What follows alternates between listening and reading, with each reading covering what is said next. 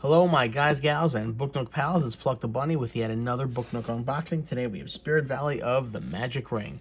This is a Book Nook by FUNPOLA, which is sold under their Joincon line. So let's take a look at what we got.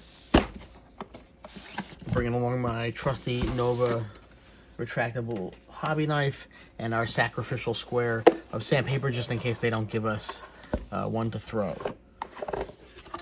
One nice thing really quick about the FUNPOLA kits is when they ship them, the boxes themselves come in a cardboard box inside the packaging, which is nice because that way you don't have any kits arrive with damage, which I have seen from most of the other major manufacturers. So opening it up, let's take a look at what we have.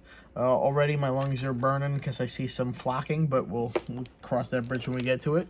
We have our very excellent B7000 hobby glue with our precision tip. I do like this for kits I take traveling, just because it's already in a precision applicator. It does have a resealable cap. Only thing about this is there's a slightly longer working time, which is good if it's something you're not super comfortable with the placement, but if you're looking for a quicker hold, you may want to go with a Beacon 3-in-1 or even probably an Alien's Tacky. But we'll put this in the B7000 drawer, and let's see what we're working with. All right, we have our mirror, our infinity mirror, so it's definitely gonna be an infinity effect. Don't worry about all the scratching and stuff. There is a film on here to protect it, and it looks like it's doing its job. So let's open up our bag of goodies, see what we got. All right, we have our electronics kit. One thing I did notice in the Magic Academy FUNPOLA kit, which I did not mention in the unboxing, is you can actually tell they color code their LEDs by the color of the wire in addition to the length, which does make identifying the correct LED easier. It does also have, looks like, an integrated circuit board with the touch sensor, and we have these new LED circuit board based LEDs. So it does look like there's going to be a variety of lighting in here. I'm guessing there's probably going to be an effect, maybe like a flicker or a flame, this being the theme it is. We have some moss. It looks like, actually just looks like green pulled thread. My guess is this is going to be some moss or some greenery, some shrubbery, some stuff like that.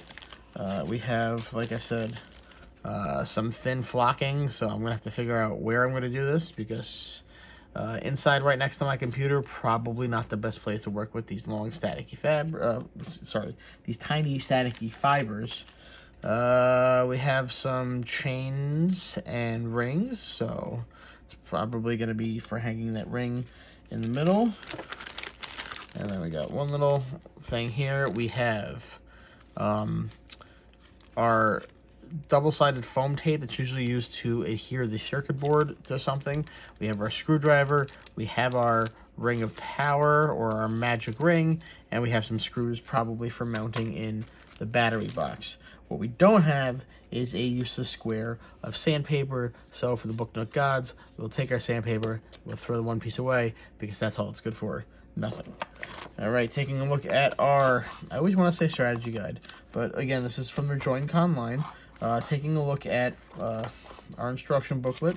I do like that they give it an exploded diagram in the beginning, so you kind of see all the different sections. Mini City does this a lot too. I'm a big fan of that. We have our breakdown. It does look like there's a lot of color in here, which is good because we love to see that full color in the instruction manual. Again, we have our part list. Chip light, they call it nano tape, but it's just foam tape, our mirror, our chain, all of our stuff. Looks like it's going to be 3 AA's, and we'll need glue and scissors probably for trimming the greenery. It does give us a breakdown diagram of all the lights and how everything works, as well as how to install batteries.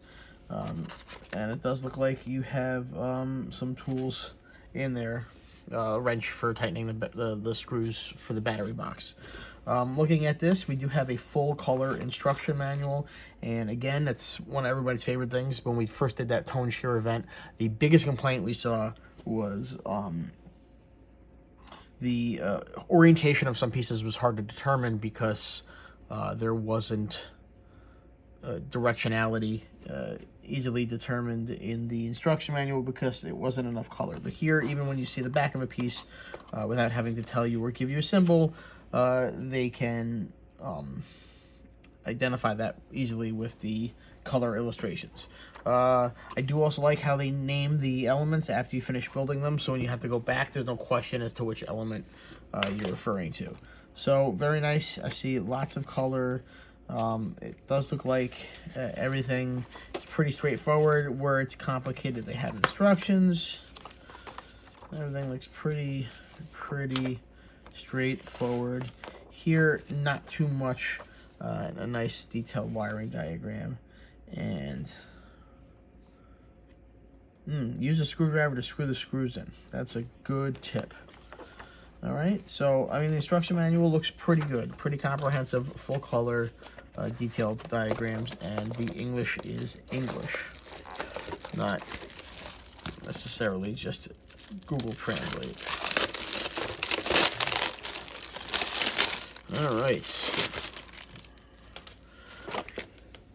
Looking at our runners, my guess is this is the top window.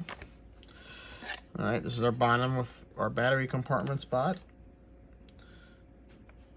Don't love a random loose piece. That's not the best, but maybe this is just an extra piece they stick in there that doesn't have a runner. This is gonna be our front dust cover. Dust cover always nice when it's included. All right, and let's look at our runners. Okay, the accordion wood feels bendy enough, which is good. There does seem to be a bunch of it in here. Pretty standard thickness. All right. I did not bring my Scotch tape out for this. Oh, yes I did. So, no I didn't. This is an old roll. We do want to make sure we keep Scotch tape with us though while we're unboxing, unless you're going to start right away, just because some of these bigger pieces tend to fall out just from the small contact pieces they leave versus the large size. And it does look like I found our runaway piece, so I know it's going to be real exciting for you guys to watch me fit this back in, but if I don't do it now, I'm never going to remember.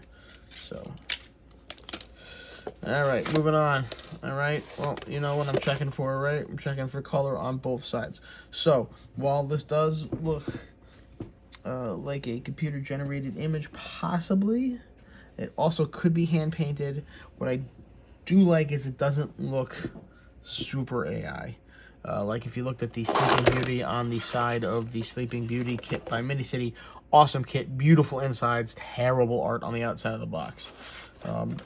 But that's just beautiful on the outside. Absolutely does not, but totally does evoke The Hobbit and the Lord of the Rings. All right, it's going to be our other side. So let's see what our other inside box art is. I mean, it is beautiful. I mean, like a watercolor painting almost. And you can see that it's going to transition to some kind of inside scene here and here. But it does look beautiful. Let's see if we have continued double-sided graphics, and it looks like we do. On some of the bigger scene pieces, this is going to be the top, and that's where that other square of acetone is going to go. I'm sorry, acrylic, not acetone. That does look more medievally than Lord of the Ringsy, but you know, we'll see. But he is double-sided. And we do have some double-sided pieces. Now, more than likely, you're going to see double-sided art on the structured pieces. That's fine, because that's the part that is not going to be forced perspective like the characters, and therefore has a bigger premium on having art on both sides so the exposed edges don't indicate blank spots when you're done assembling. So, you know, going through, all right, not every piece, big old dragon right in front. Is that Smaug? I don't know. There's our front. The King of the Rings. Okay. The King of the Rings. Return of the Lord, all right? The art is real nice. It does have a little bit of a cartoony aspect to it. Is this the Horde? I'm not sure. It's going to be the back in any event. But, you know, this is a kit everyone's seen. I think most people have seen. It's one of the few kits out there that's not licensed, but clearly based or inspired by a licensed IP. I think it's going to look nice.